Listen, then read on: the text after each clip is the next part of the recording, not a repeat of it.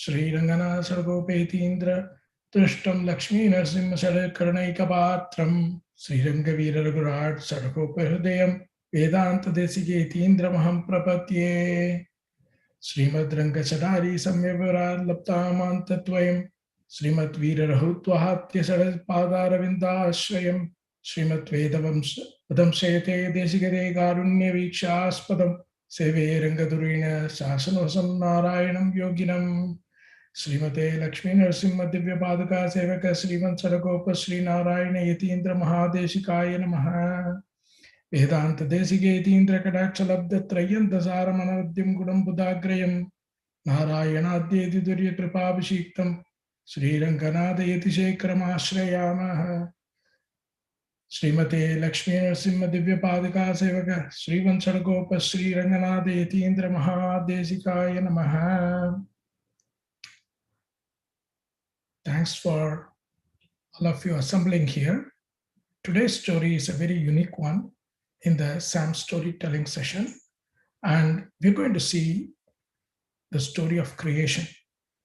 It's one of the great mysteries of science and religion. Hope all of you are able to hear me well. We'll have a prayer just before this as well. Shri Maha Avikaraya Suddhaya Nityaya Paramatmane Sadaika Rupa Rupaya Vishnave Sarvajishnave Asmat Gurubhyo Namaha. First, why this topic? This topic is important for us to know where we are, what is our origin, what is our fate, where we need to go. To understand all these things, one needs to understand how it all came about, how this cosmos came about. When I say the word cosmos, you can call it the universe, you can call it everything that what you can imagine beyond what we can see. It includes everything as the creation of the Lord. Now, why can't we just look at some textbooks or other modern science and be happy with the story that they tell? Fortunately, the modern scientists, the material scientists, admit that the normal matter that they are aware of is just 4% of the universe. What is rest made up of? It is made out of dark energy, dark matter, and all those things. You can look up on Wikipedia and other areas. We're not going to get into that. But the point here is there is a need for us to understand how it all came about. And today we will use the Manusmriti Bhashya of a great scholar, Sri Medhatithi.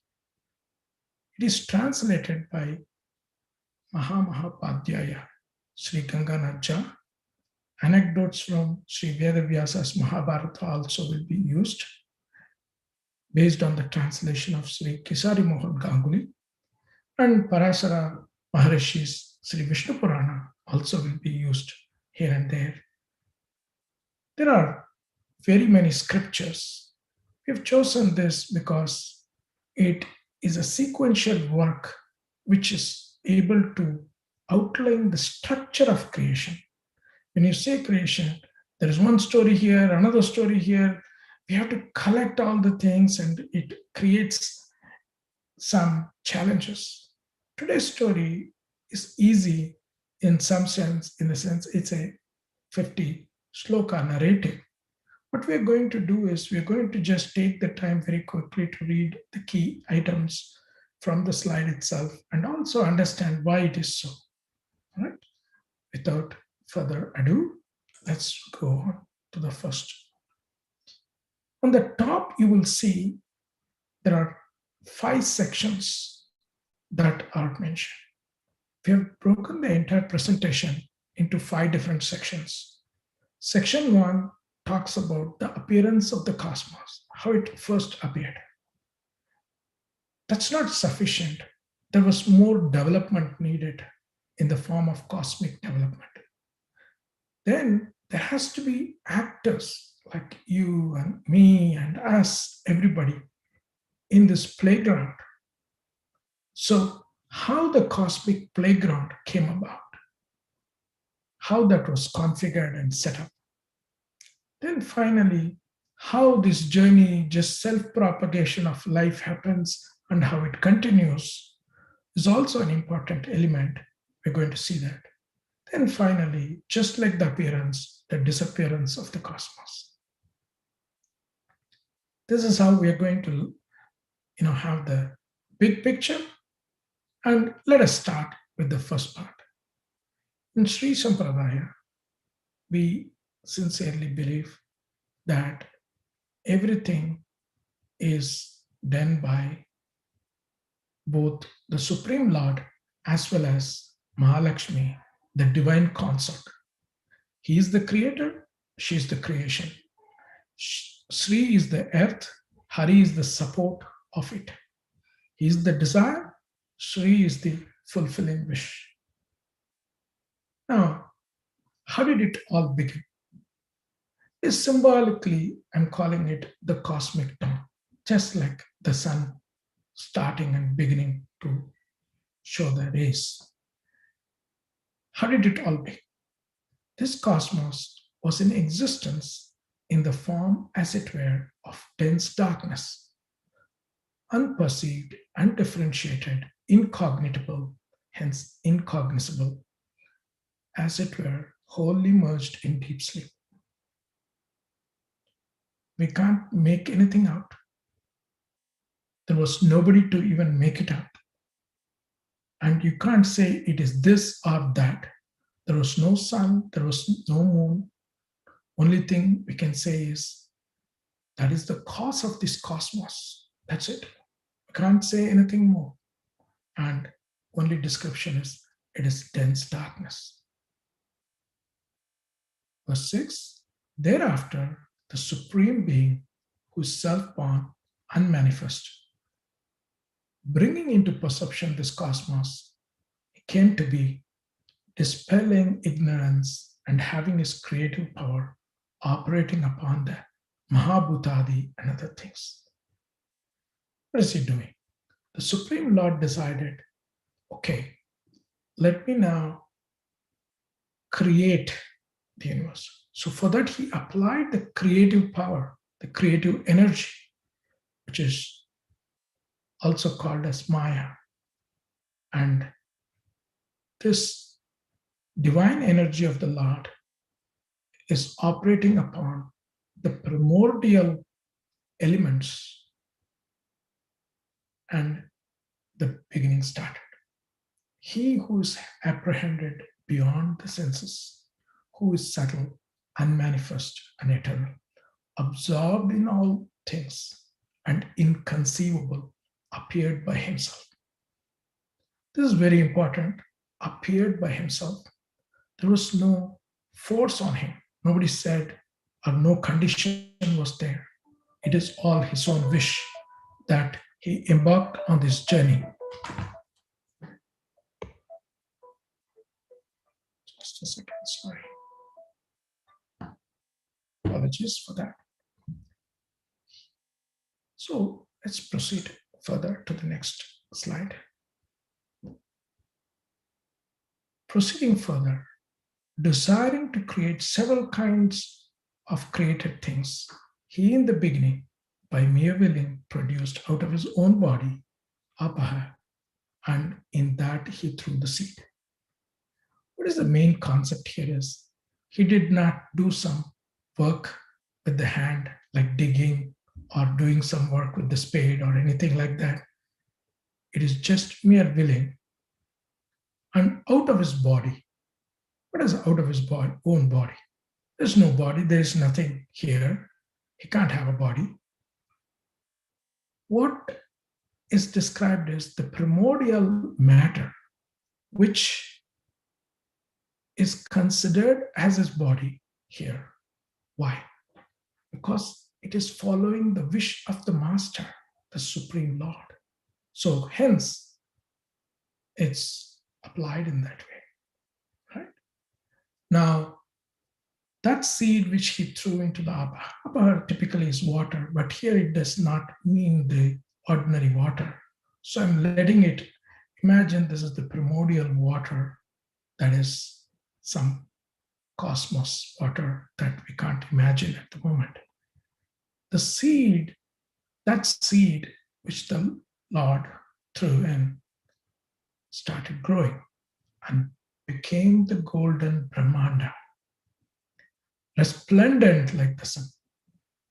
In that Brahmanda, he himself was born as Brahma, the grandfather of the whole world. He himself was born as Brahma. That is why you see in the Sahasranama and other places, he got that name, Brahma, Hiranyagarbha, all those things. The Chaturmukha Brahma will appear later. You will see it is he himself trying to create the conditions right for even having Brahma. Now, it's very important for us to note here, the water is called Nara, and the water being the offspring of Lord himself.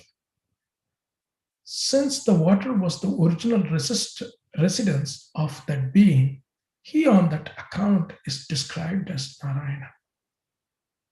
So you say Vasishta's sons, you become Vasishta, you elongate like that. The rules of the Sanskrit and other things come here to make it Nara plus Narayana, and with a strong N at the end. These are all based on Panini Sutra and other things. Now, you understand the reason for the glorious name of Lord Narayana. Not only that, this is a mere fraction of the inconceivable splendor of the Supreme Lord. There are thousands and thousands of other Brahmandas, innumerable Brahmandas. This is from the Vishnu Purana. We are talking about some quotation here. Just so those many Chaturmukha Brahmas, those many Rudras, those many Indras, everybody exists. So now you can see the supremacy of the Lord, and that is just inconceivable how great he is. Let's proceed.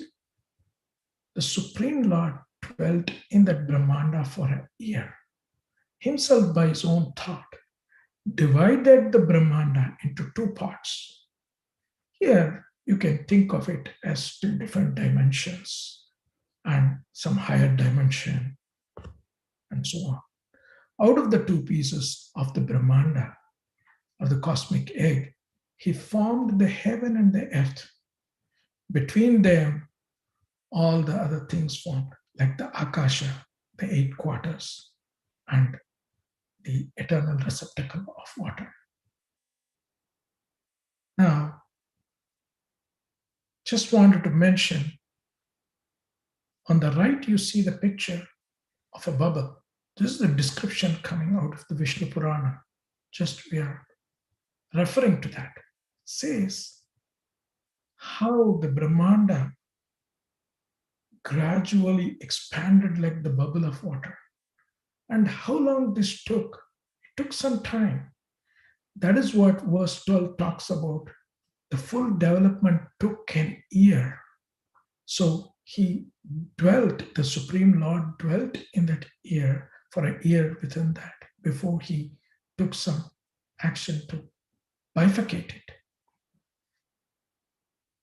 Moving further, now you have the cosmic egg or the Brahmanda. Now you have to further develop. How do you develop further? You have to have people in it. You have to have the living beings. You have to have the material for the living beings to explore, enjoy, understand, participate. So there are two separate things that needs to happen simultaneously, but all needs to come from the single source. So, what really is being described here? I'm not going to read these verses. You can read at your leisure when you have.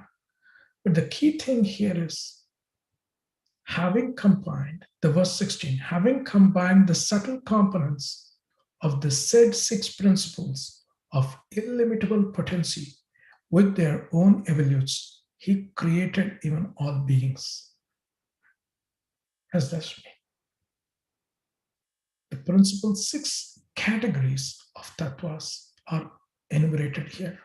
The six are Mahat, Ahankara, Manas, Panchabhutas, and the intermediary states of them called Tanmatras, Karmendriyas, Jnanendriyas. Some of you might have heard about them, but today we are not going to get into elaborate details of these.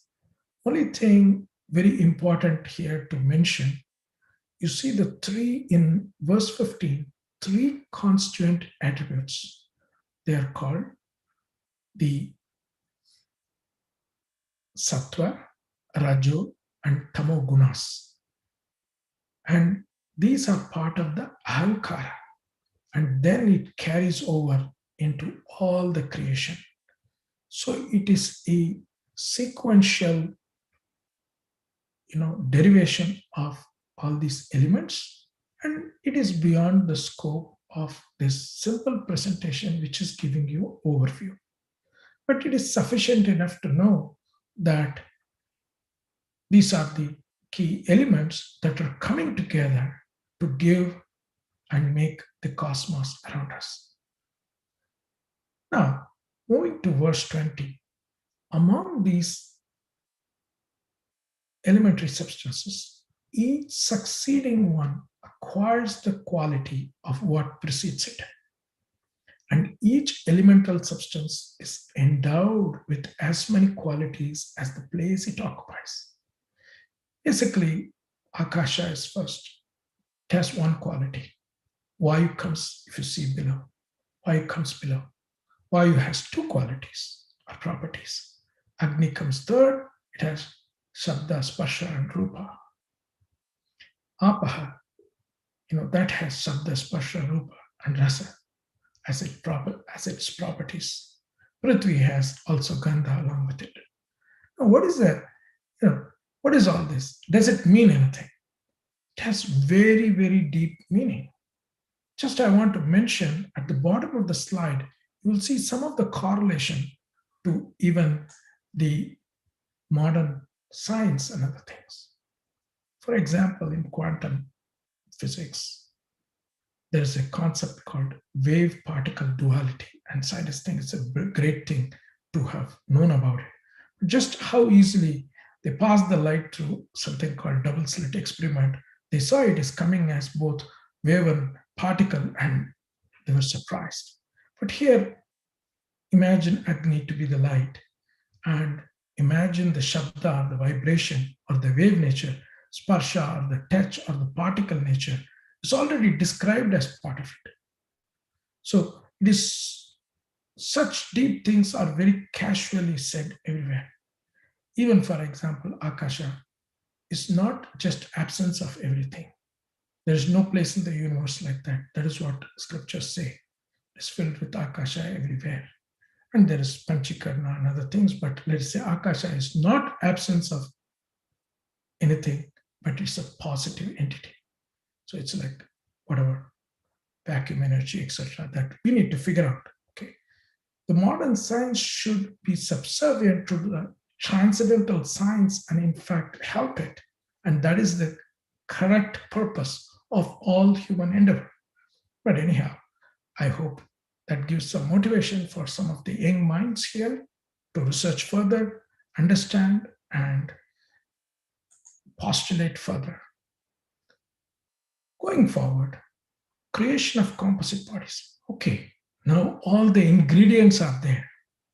Now we need to form the body. The body has to, for the living things, it could be Brahma himself, or it could be Indra, or it could be just a grass. Doesn't matter. The entire spectrum of things need several kinds of One is the gross body, another is the subtle body. So this composition of body is being described. I'm going to focus on the last verse in this slide. From out of the 7 constituents of the frame of the said exceedingly potent principles is produced. This composite body is what is referred here. The perishable proceeding from the imperishable. Basically, what we are talking is the 6 components plus the soul or the jivatma is combined to form a composite entity which can decompose again back into the soul with the subtle body and the gross body, leave the gross body, go away. So the perishable, it's decomposable, it's unstable, it doesn't exist forever. From the imperishable, the elements are the atoms that form, or all these elements are living longer. They just convert between each other. That is what this is talking about. And we will proceed further.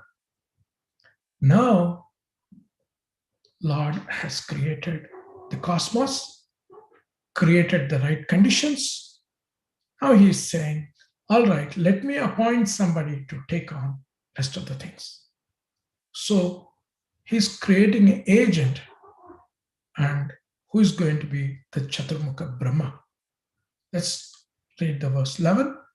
That which is the cause, unmanifest, eternal, and partaking the nature of existent and non-existent. The being produced by that cause is described among people as Brahma.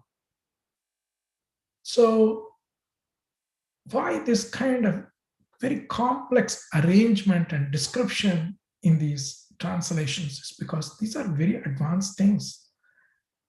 They want to protect against wrong assumptions. So they want to ensure that the Supreme Lord himself created the Brahma, and the original cause is both existent and non-existent at the same time. How? You know that there was a cause. It did not come from nothing.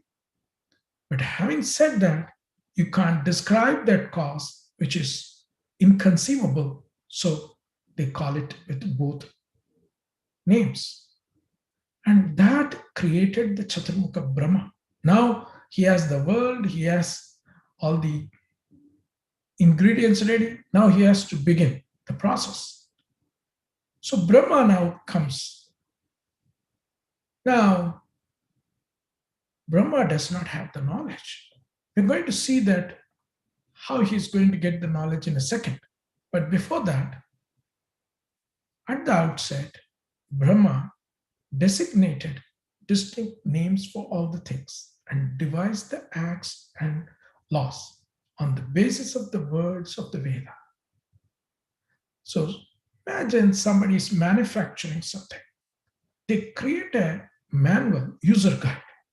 So Brahma has to not only create, but have a user guide. So he has to first define what these words mean, all those things. Otherwise, nobody will understand. So he's allocating the meaning of these words and creating the appropriate user guide for us so he can hand it over to us. The interesting thing is the user guide was handed over to him through the eternal Vedas, and he's just using that to recreate. All right? Now, he has to not only create a guide, but he has to create the devas who can participate in the activities of human. So what he did is, verse 22, for the sake of living beings intent upon action, he created the eternal sacrifice, as also the host of devas and subtle multitude of lesser divinities called sadhyas. Here, he did not create all the devas, some prominent ones, so they can begin the process, and working with them from out of the verse 23, from out of the three divinities, working with them together, Agni, Vayu, Ravi, he extracted for the due fulfillment of the sacrifice, the eternal Shabda Brahman, threefold informs of Rik, Yajush, and Sama. Rik is basically the mantra part, Yajush is the prose part, and Saman is the lyrics, which is used for the singing. So there are different forms. It is not talking about the four Vedas or the three Vedas here. It is just the different forms in which the sacred knowledge is given or transmitted in the world. So you can refer to how Taittiriya Upanishad came about, how Surya was involved, and so on.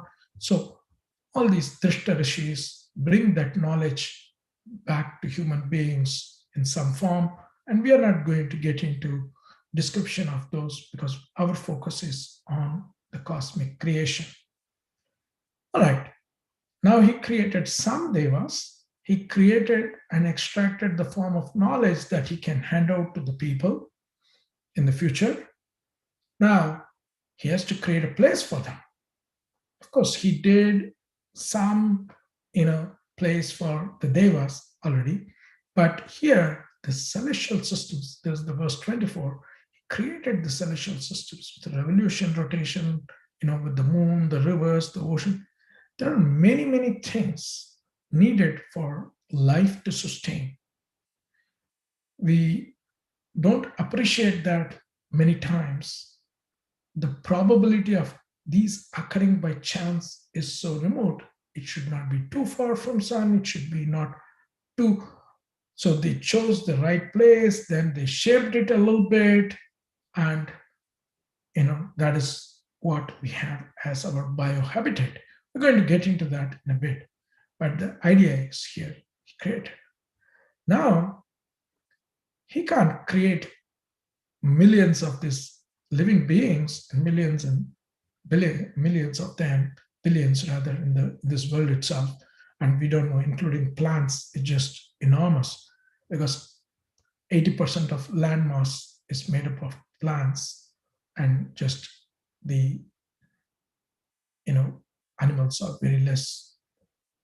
So anyhow, going further, now he has to create the human bodies. How he does this?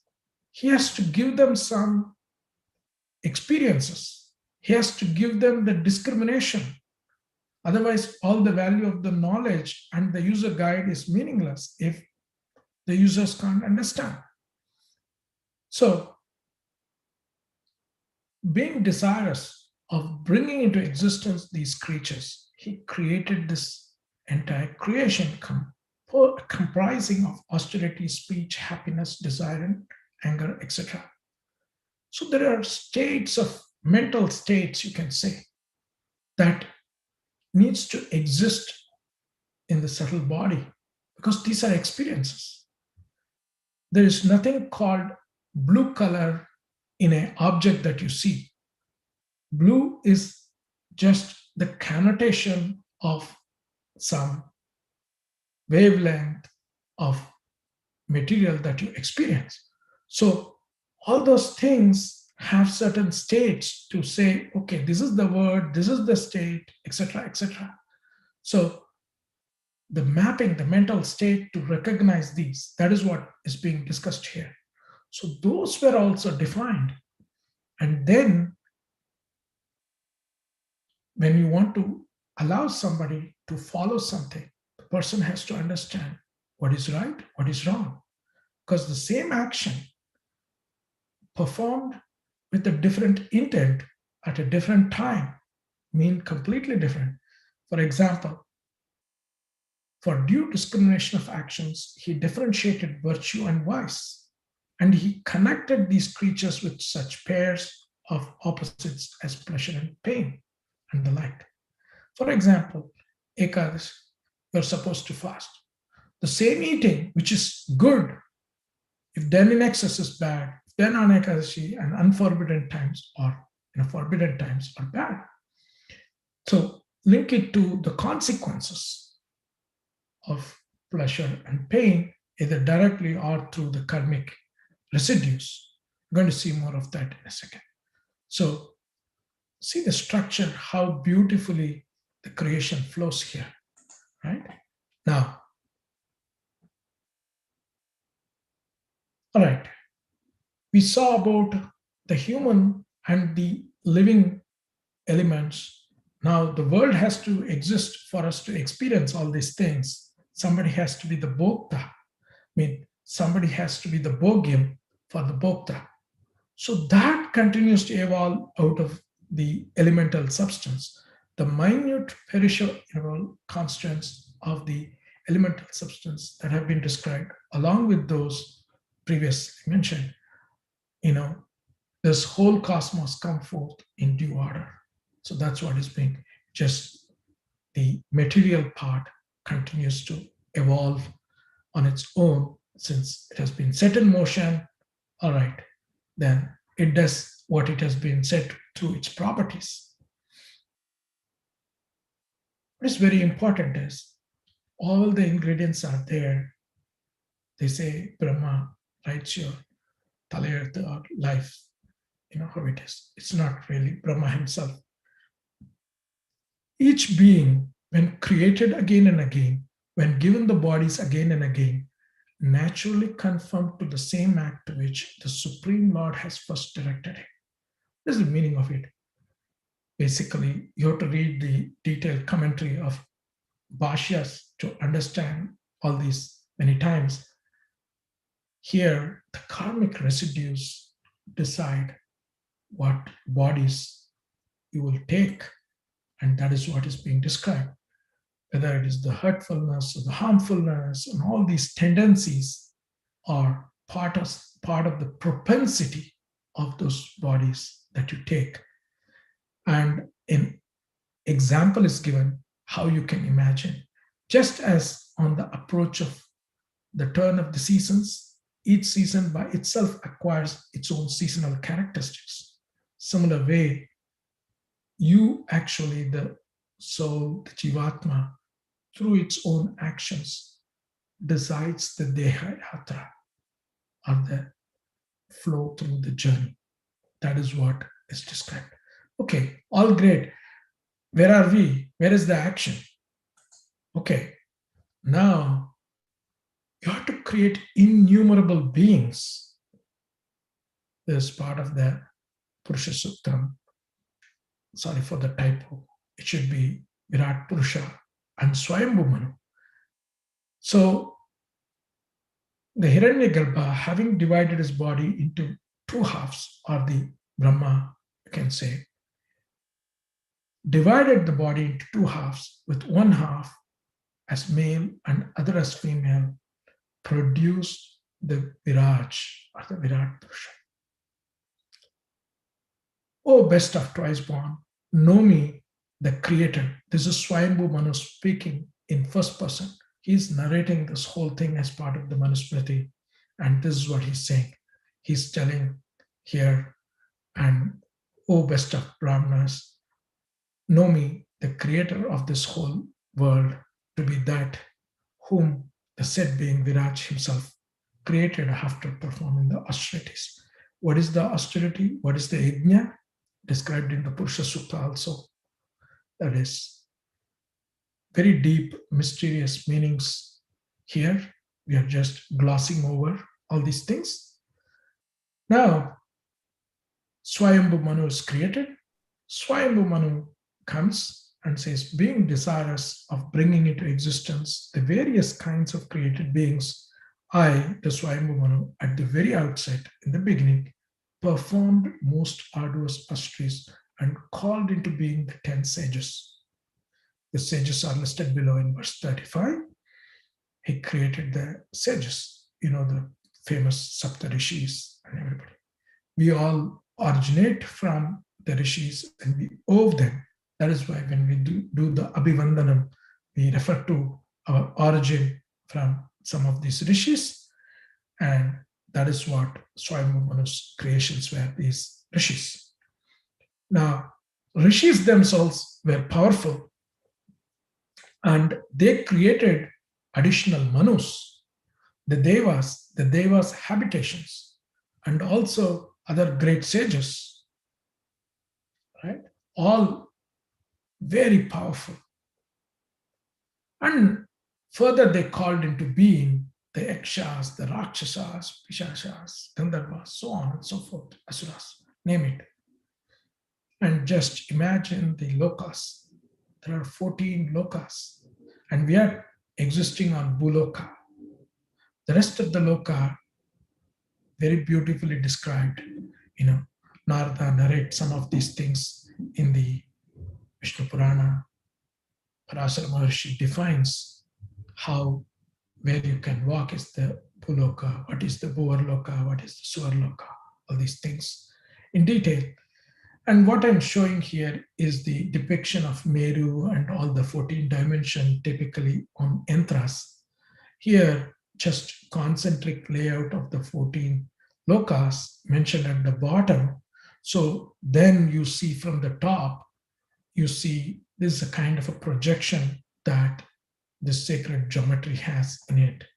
So each and every verse and every slide and everything and all these things have very grandiose meanings, and it requires learning, and this is all to motivate you all to learn about the great mystery that is hidden behind in our scriptures.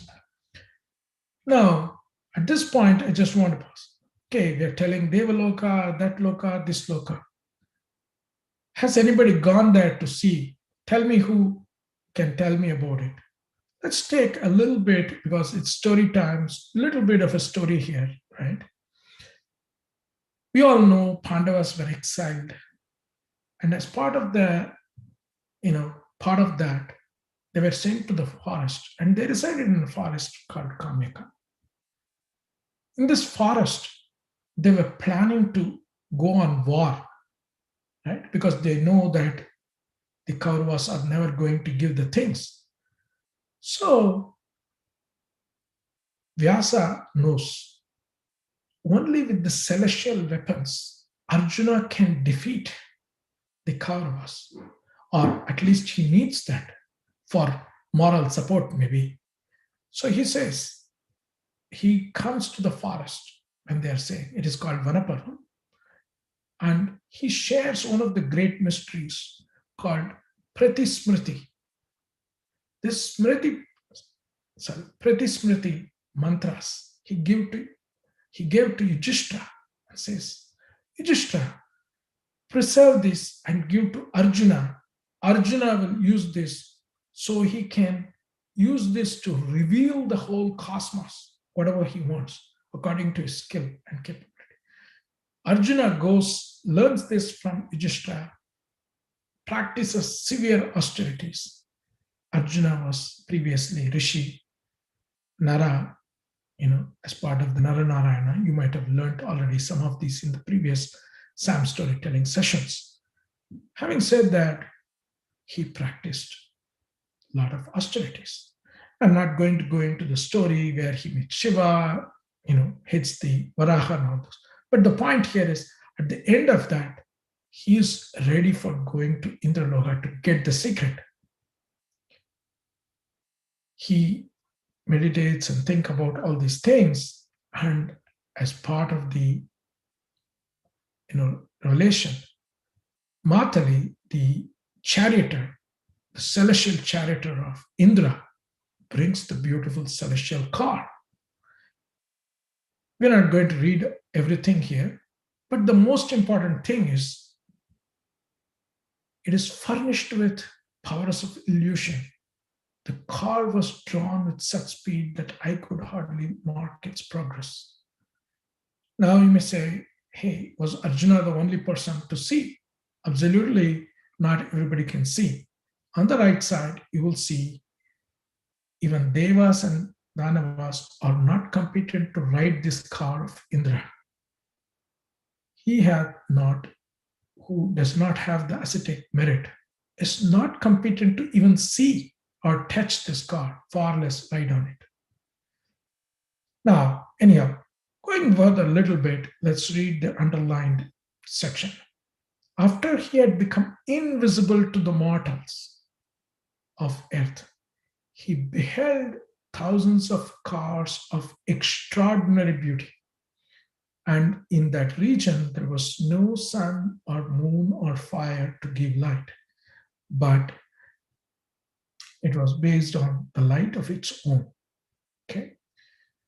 Generated by the virtue of ascetic merit, those brilliant regions that are seen from earth in the form of stars, like the lamps in the sky, so small in consequence of their distance, though those stars are very large.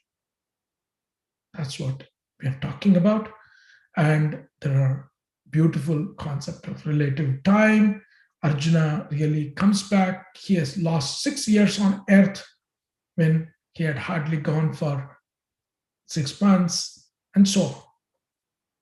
So actually, sorry, 6 days, not 6. Is, we can go into all those time dilation and relative concept of time separately.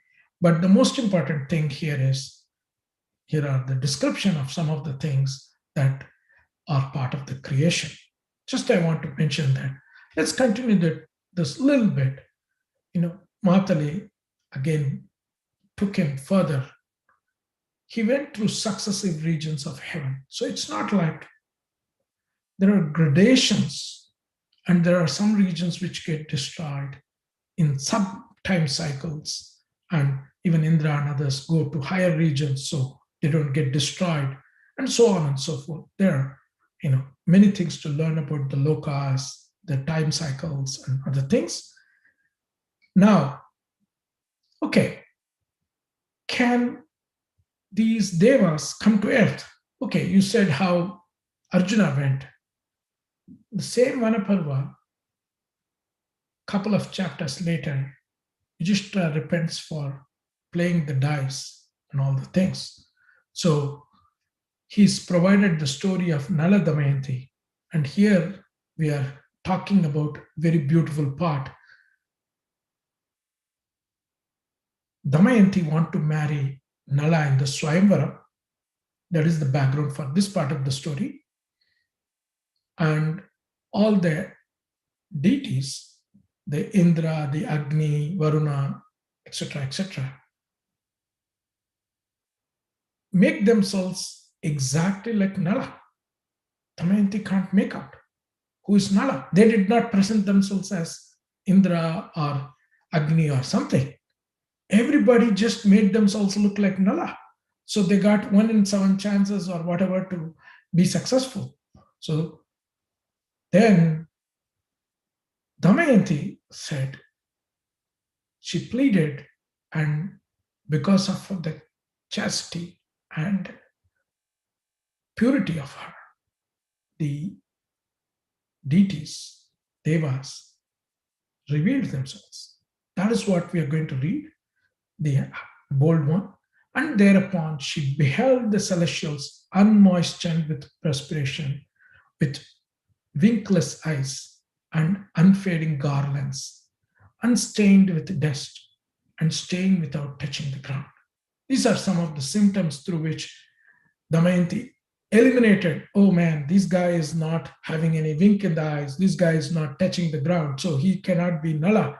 Nala must be the guy who is having the perspiration and all the dust and fading, because devas are projecting, just like the 3D projections that you see. They're projecting themselves in the world, and she recognizes, and that is, and also just before that, actually, a little bit earlier, you see devas help move Nala through the walls of the palace to meet Damayanti. It's like taking them from, imagine an ant trying to cross a small piece of water. It can go only in 2 dimensions, but you help move. Just like that, the devas help move in another dimension. So these are celestial dimensions far beyond. So that is just some interesting stuff in the extremely complex story. Now we saw all the creation of the Devaloka and all those things. Now, what about the biohabitat? That's where we are coming to. So the rishis called into being the lightnings, the hails, the clouds, and all the rainbows, meteors, etc., create the bioorganic world that we live in. So whatever details are here, the most important thing is to know that there was a lot of intervention to make this biohabitable. That is what the story is here for us to learn. So, all right, you create the habitat. Now you have to create the prototype of these organisms. Only from that it can keep going. So here it is not the story of evolution, but it is the story of evolving design by increasingly sophisticated, austerities. So we all know, scientists agree that, DNA between the man and the chimpanzee is less than 1% difference. So it's a design change that brings about all these things from basic, microbes to the end of the spectrum here of advanced organisms.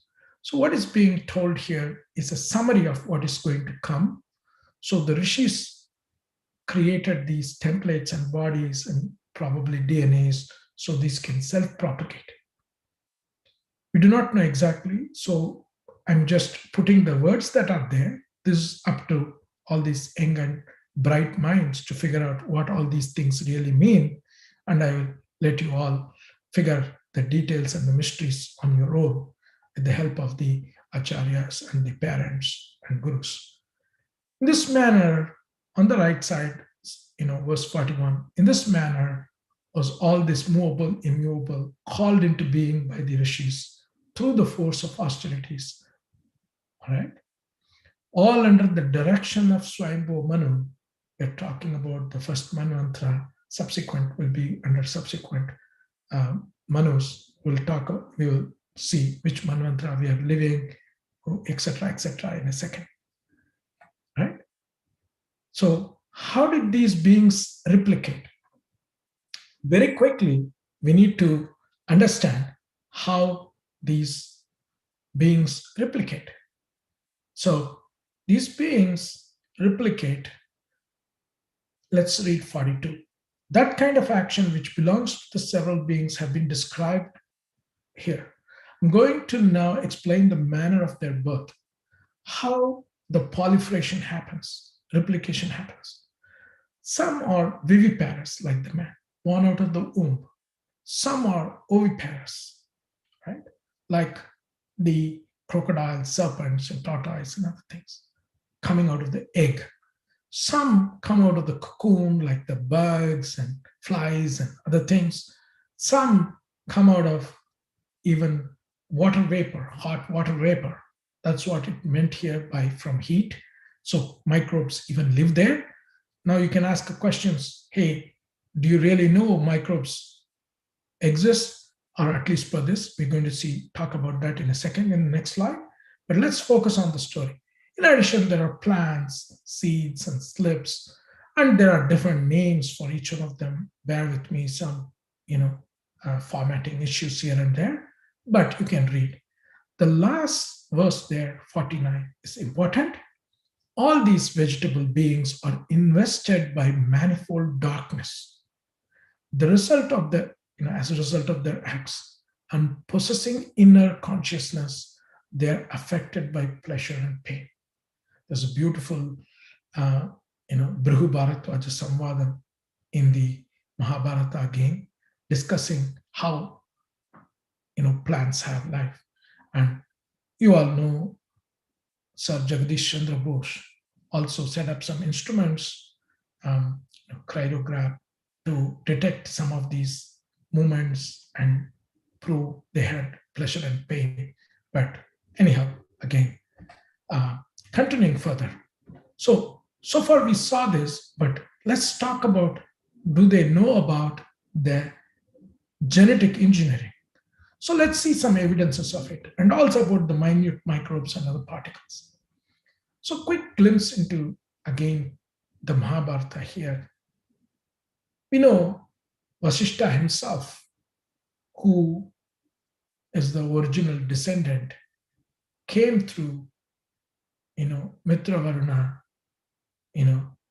depositing some content in the jar. And from that vital seed, same thing for Agastya. And not only that, we know about how a mother and father come together to contribute embryos and other things and create. But here we are talking about some scenarios where Bharatwaja created without even a mother, Drona. Same thing for Gautama creating, Kripi and Kripa, and so on and so forth. Kripi is the mother of Ashwatthama and so forth. That is what it is referring to.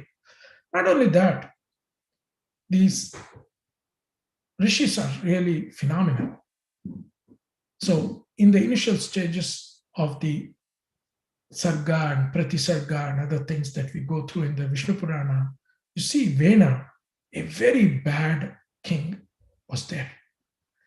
The rishis killed him. Okay, they just killed him. He was so bad that it was really, he was not following the dharma. They just killed him. Now they said, all right, but to give legitimacy to the throne and other things, let's create out of him. So they worked on the right thigh, extracting some DNA or whatever, God knows, and some genetic engineering. Thereupon, a Nishada emerged. They didn't want him. Okay, they said, sit here. Then they tried the right arm of Vena. Out of that sprang Prithu. The world is called Prithvi, and he was one of the most glorious kings in the histories. So we need to learn sometime about it. But the point here is, see the amount of genetic engineering. Previously, we also asked the question, do we really understand minute particles?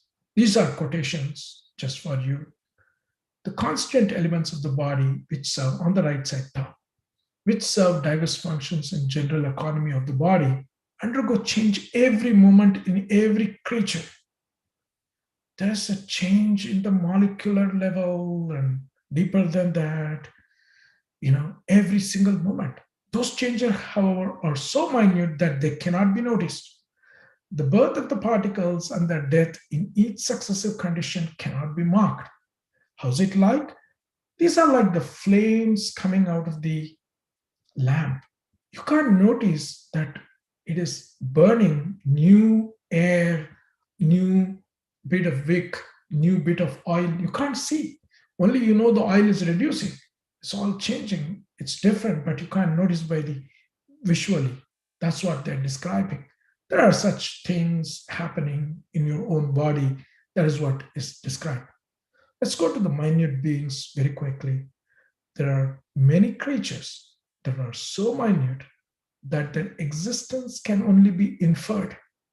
With falling of the eyelids alone, Bhishma says this, they're destroyed. Mahabharata is not just the stories, it has amazing amount of information and wealth. It's just baffling how deep it is. And then coming into the minute viewing instruments, they talk about an example how the small things can be enlarged through upanetra. That's what the commentator says. They talk about some mirror, but same way they are talking about intelligence, apprehending the soul, and so forth in this particular section. But these are just references for you to understand, how these are, it's a very interesting story. All right. Now we have seen, thus we have described the conditions of life, beginning with Brahma, ending with those just mentioned, the plants, which occur in the ever frightful and constantly fluctuating cycle of births and deaths of created beings. Wonder, there are only a couple more slides. We will run through that. Just want to take 2 seconds here to tell you the human birth and the human, losing the divine light is a very important thing. When you can say human beings started their life on earth as they were not settled on earth. They were transhumans. You have the story of Dasharatha and Kaikeyi going to help the devas in the war with Asuras. You have Indrajit or others going to Indraloka, or even in the Dwapara Yuga and other things, you have Krishna going, getting the Parijata, or of course Krishna can go. So let us take some other example like Narakasura, or even Revati coming back, and marrying Balarama. She was so tall and so on. You must have heard about all these stories, very important. But what it is in the beginning, when the human beings were there, they were very divine, and they lost the divine light, is what is narrated here. And I think we are hitting close to the 1 hour mark. So all I will say is, last paragraph on the right, then in course of time, they came to be restricted to walking solely on the surface of earth, overpowered by lust and wrath. Otherwise, they were literally able to travel and do things, great things. All right. Here, let's quickly see some of the other slides, because we are in the last section, as you can see on the very top, disappearance of the cosmos, right? Thus repeatedly suppressing time by time, meaning creation and maintenance, Swayambhu Manu of inconceivable power created all this, and Lord created, and also myself as the protector maintained along with Lord Vishnu. Swayambhu Manu are respected and mentioned so as a preservers in the Vishnu Purana also. Then the Lord disappeared. That means dusk is approaching. When the divine being, the Supreme Lord, is awake, then this world is active. When he slumbers, his mind in calm repose, then all vanish. I'm not going to get into detailed description of how destruction happens at the end of the thing, but only one thing we need to remember: there are different levels, time cycles of destruction. Some are local destructions, some are deeper destructions, happening at the end of Kalpa, some happening at the end of the Brahmic eon, end of the, Brahma's 100 years. So, on the right side, just I will take 2 seconds here, right? Or let's complete 57. Thus, by waking and sleeping, the imperishable one incessantly brings to life and destroys all this that is movable and immovable. So that is the disappearance and inactivity part. Now, where are we? The first 50 years of Brahma has elapsed. We are in the 51st year, and we are in the Svetavaraha Kalpa. In this Brahma's day, 6 Manvantaras are already over. The 7th Manvantara is happening. Within that, 27 Mahayugas or Chaturyugas are over. We are in the 28th Chaturyuga, where Kali Yuga is happening. So this is what is going on. In this, we end with a note. In Krita cycle, the tapas and the austerities are the highest. In Treta, we see jnanam is the highest. In the Dwapara, we have the yajna and the sacrifice, that is the highest.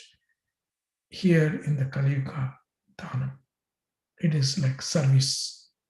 It is not like necessarily just money. It can be shramdan, it can be annadan, it can be all these different dhanams that you can do. With this I pray to all the beings in the world. Lokas samasta sukhina. Let all beings everywhere be blessed. And I will stop here sharing. With that, we can go to the questions. I know I have raised more questions than answers, but I have attempted to share with you and bring to you the story of creation, to you all. Thank you. Adi, one question. When will Kali Yuga end? Like exactly what year? So the Kali Yuga has Sandhya Kala and other things. It is 432,000 years. It is 1/10 of the Mahayuga. You can say Kali Yuga is one part, Dwapara is 2, Treta is 3 parts. So you keep doubling that. So out of the 432,000, 5,000 and odd are done. Rest is math. You can do at your leisure. But I want to just warn here, maybe I'm not going to necessarily answer or be able to answer all these questions. These are filled with, very, it's easy to ask difficult questions and difficult to answer appropriately, and want to be careful with all of you young minds and bright minds not to give wrong answers. So I may request all of you to share the questions and request Rajaji Swami and Vemla Mami to help take that as an action item for now, and maybe I will respond to you back with proper answer, if that is okay with you all. But please ask your questions. Okay, thank you. Hope I answered, though. Yes. Thank you. So I said in lakhs and other things, please ask your parents to convert that. It is, 432,000 roughly. And there's a Sandhya Kala, other things, roughly 1/10 of it.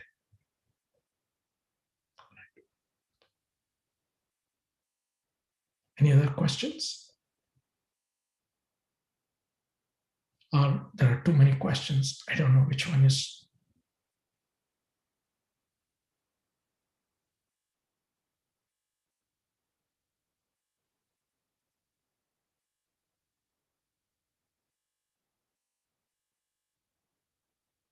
Thank you for giving me the opportunity as a guest speaker here in this wonderful satsangam today. Thank you. Thank you, Swami. Thank you.